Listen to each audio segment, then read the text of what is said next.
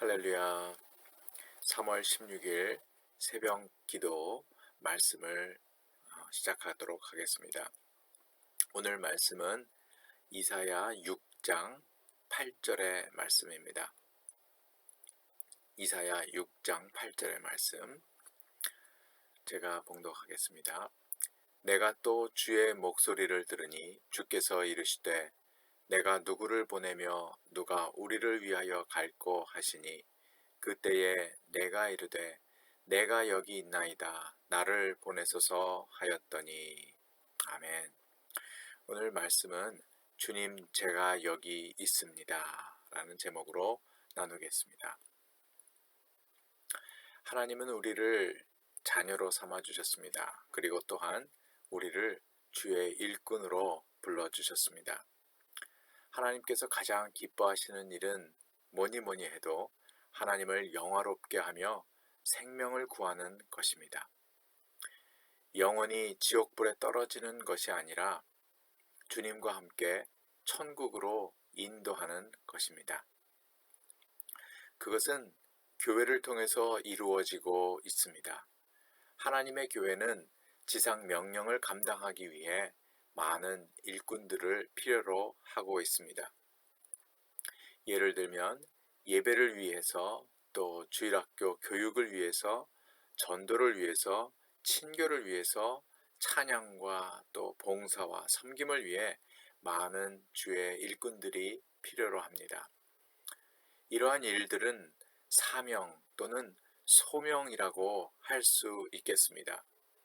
우리의 몸을 교회의 각 지체로 비유하신 하나님은 각 사람을 통해 합력하여 선을 이루시며 예배받기를 기뻐하십니다.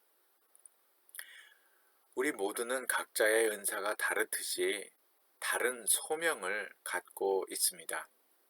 그 소명을 우리는 어떻게 알 수 있을까요? 보편적인 세 가지로 알 수 있다고 합니다. 첫째는 마음에 소원이 있으며 갈망함이 있다고 합니다.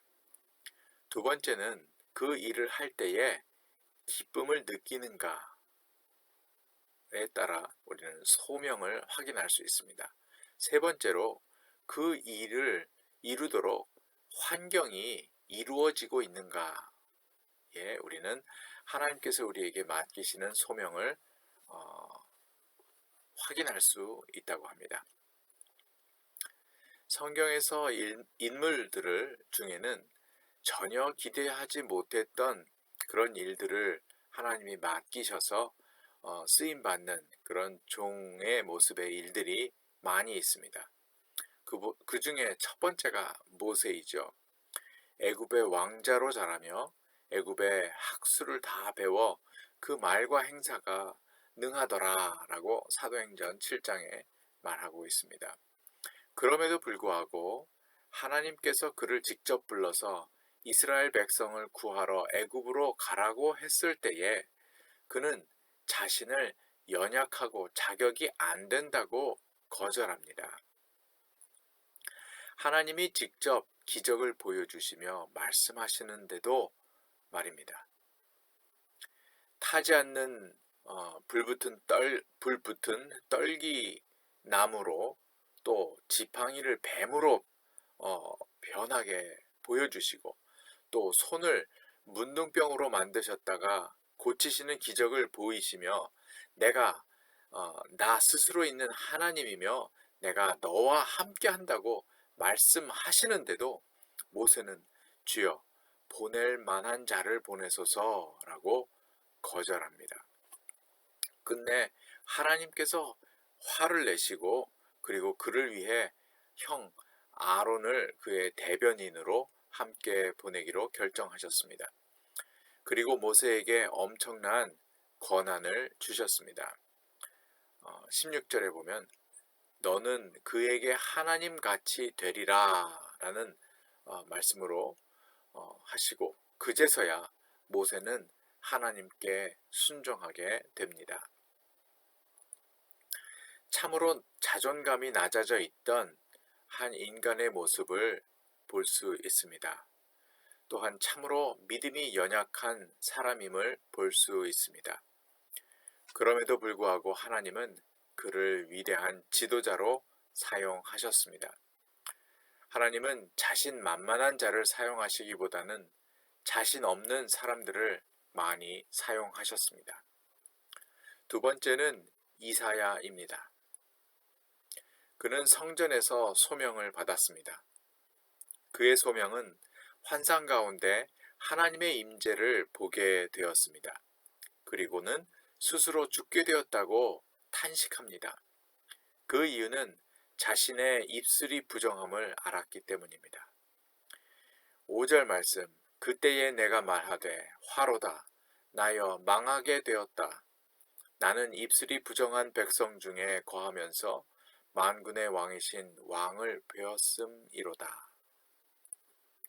바로 그때에 스랍의 하나가 화저로 단에서 취한 바 핀 숯을 손에 가지고 내게로 날아와서 그것을 내 입에 대며 가로되 보라 이것이 내 입에 닿았으니 내 악이 제하여졌고 내 죄가 사하여졌느니라 하더라.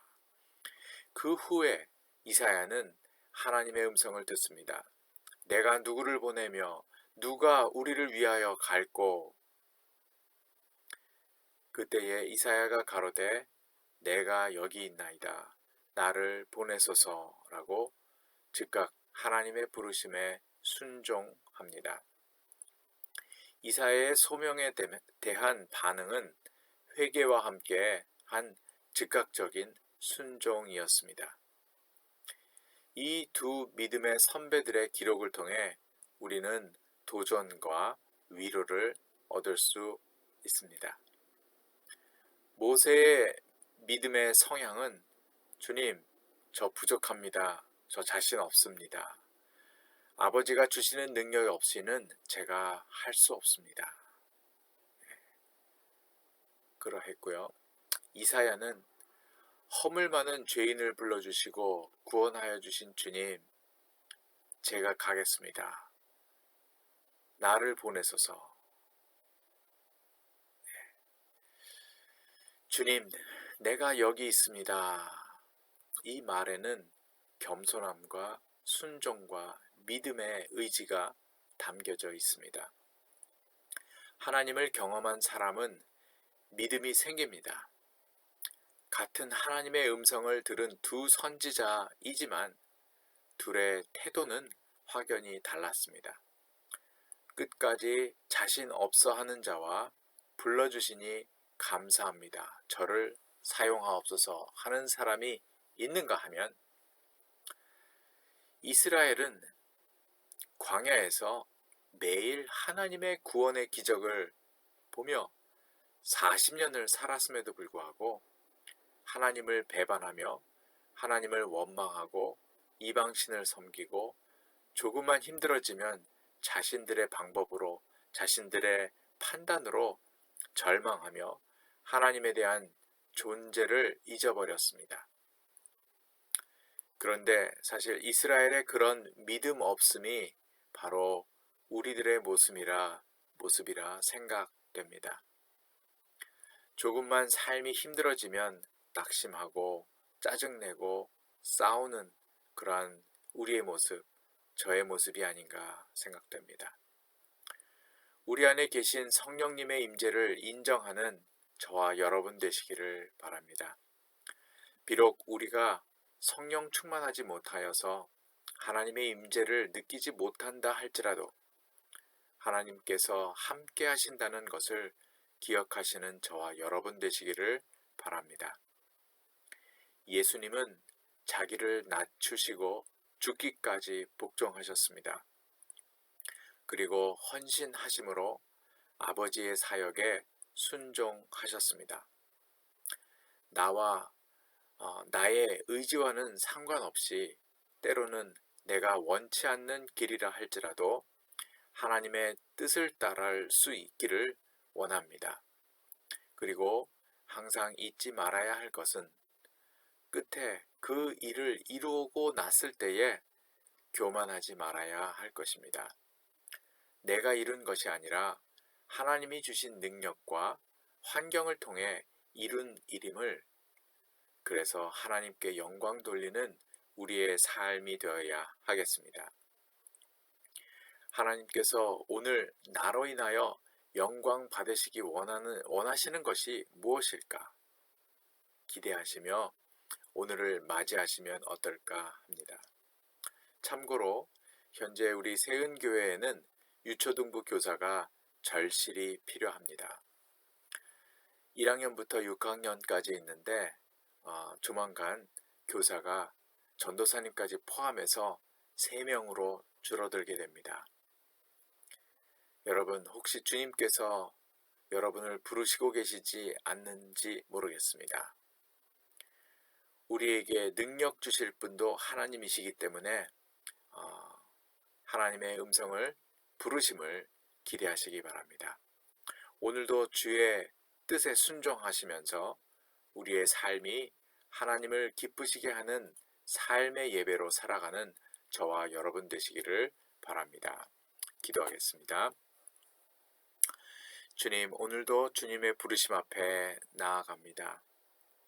오늘 저희에게 주시는 사명, 올해에 주시는 사명, 그리고 저희의 일생에 주신 사명들을 깨닫게 하셔서 믿음으로 순종하며 주님의 능력으로 잘 감당하게 하옵소서.